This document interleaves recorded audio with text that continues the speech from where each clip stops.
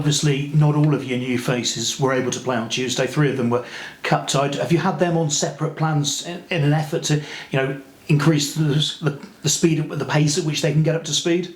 Yeah, I mean, them and the players that weren't in the squad on Tuesday came in earlier and did a heavier session and topped up again on Wednesday. So it gave us an opportunity to get a bit more work into those lads in preparation for the game this weekend. So yeah, a little bit of a split week with obviously some players playing, some players not, and some players cup tied. But yeah, where possible, we've got work into the ones that we think need it. And in terms of transfer business, it's actually been a quieter week after a very busy start to the window. Has that been deliberate, or has that just been actually you've not been able to get any deals done? No, I think it's been more. We wanted to try and get as much done early as we can, because obviously every game is precious, and the quicker you can get the players in the building, the longer you get to work with them. So I think our aim was always through December to get the majority of the work done early, and then kind of assess where we're at and see if we feel we need any little bits adding before the window closes. And I guess that's what we're working on now. So do you have a number in your mind as to how many more you might need, or might you be done? No, look, I'm happy with how it looks now, but of course if the right player arises and it fills a gap that I think offers something to the squad that we don't already have, that's a possibility. But I think it's looking quite healthy at the moment, the squad, compared to where we were, say, mid to late October, with the volume of injuries and how disjointed it looked. I think when we went to Oxford earlier in the season, we had 4 outfield players on the bench. So that was a sign of where we were at in terms of the thinness of the squad. But I think we've built it up now, and it looks in a better place. What did Tuesday do for competition for places? Because obviously the team that you had for the FA Cup game against Birmingham City, largely players that you'd had up until the window. Yeah, I think it's great. Like the performance level of the players was very good on Tuesday.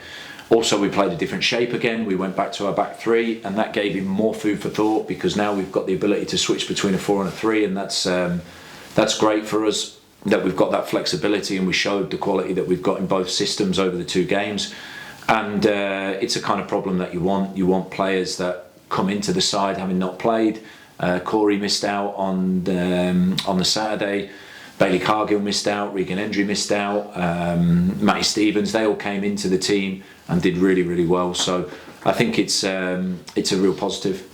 And Matty's first start back after his knee injury. How's he come through it? Yeah, he came through well. To be honest, we expected him kind of to struggle after 60 minutes, just being the first outing, but actually he felt good. But of course we didn't push it for too long, knowing it was his first start back after a long period out. So kind of getting to that 65-minute mark and feeling good with that was a positive step. So lots of positive building blocks in place. What do you need to do to turn all of those positives into positive results on the pitch now? I think the key for me is that we've had a lot of games now where we've been ahead. I think we've dropped 15 points from leading positions. We're ahead again in the FA Cup. I think that just being on the front foot and trying to go and get that second goal. I think we're starting games in a more positive light at the moment. The first halves have been a little bit stronger. The Port Vale first half, Exeter, MK Dons when we played them on Boxing Day was a good first half for us. It's now maintaining that throughout 90 minutes and not dropping off, and trying to, when the other teams have their moments, manage them and kick back in and see if we can go and kill teams off. Because at the moment we've kind of had teams I've felt close, and then we've not quite taken that next step to kill them off, and of course then we've been that little bit more vulnerable. So I think that's the next step for us. I suppose part of that as well is having to be able to adapt and maintain your dominance if they make changes, because obviously if you can get on top early against a team, well of course they're going to change things, aren't they? Yeah, you saw Birmingham change 3 at half time and change their system, and 5 or 10 minutes it took us just before we got to grips with that. That's normal, but of course while we're getting to grips with it, we've got to make sure that we tighten up and we don't give away cheap goals, which we did early in the second half. But I thought our response to that was good. We created a big chance with Matty Stevens and then Josh March, so we responded well to the setback. But you know, I just think that we understand, especially in this league with the quality that there is, the other teams are going to have key moments in the games. It's managing that and bringing our own game back on top, and I think that's what we've got to do. You last played MK Dons on Boxing Day, so not very long ago at all.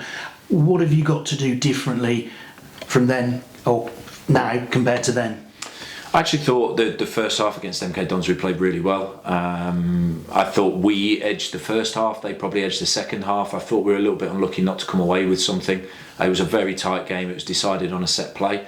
So I don't think that it was far from a game where I thought we were below par. I thought that we matched them in a difficult away game. I certainly expect them to have improved. Saw them against Lincoln and Peterborough, and I think, look, Mark Jackson's going to start to put his stamp on it. I saw he brought Robbie Stockdale in, who's a really good coach. So they're strengthening behind the scenes. They've added a couple of players, Lecco, Max Dean. So it'll be a different, but we've added players as well. So I think it's a different complexion to the game. I think we've got to try and be on the front foot. I think we look better when we are, and try and start the game with the same intensity actually that we started away from home, and maybe maintain it for longer. There'll probably be a few nerves floating around. How do you put those to one side and ensure that actually you'll perform to your maximum? I don't know that we need to put any nerves aside. I think nerves are normal. I think you're totally normal to feel pressure in games, and it's just about harnessing that and embracing it. I think we've got to embrace the underdog spirit a little bit more. You know, we sat down at the bottom of the league, and when we had that underdog spirit against Birmingham, I just thought we came out the traps. The whole environment, the atmosphere from the crowd, everybody was behind us. I think we've just got to play that underdog a little bit better, because we have quite high standards for ourselves, and we get disappointed when it's not perfect. And I think we've got to understand sometimes it's not, but embrace when it's not, and be that underdog and fight that little bit more. And injuries, apart from the long terms, any concerns? No, none. I think we've turned a corner with that, and the players are hungry. They're ready to go.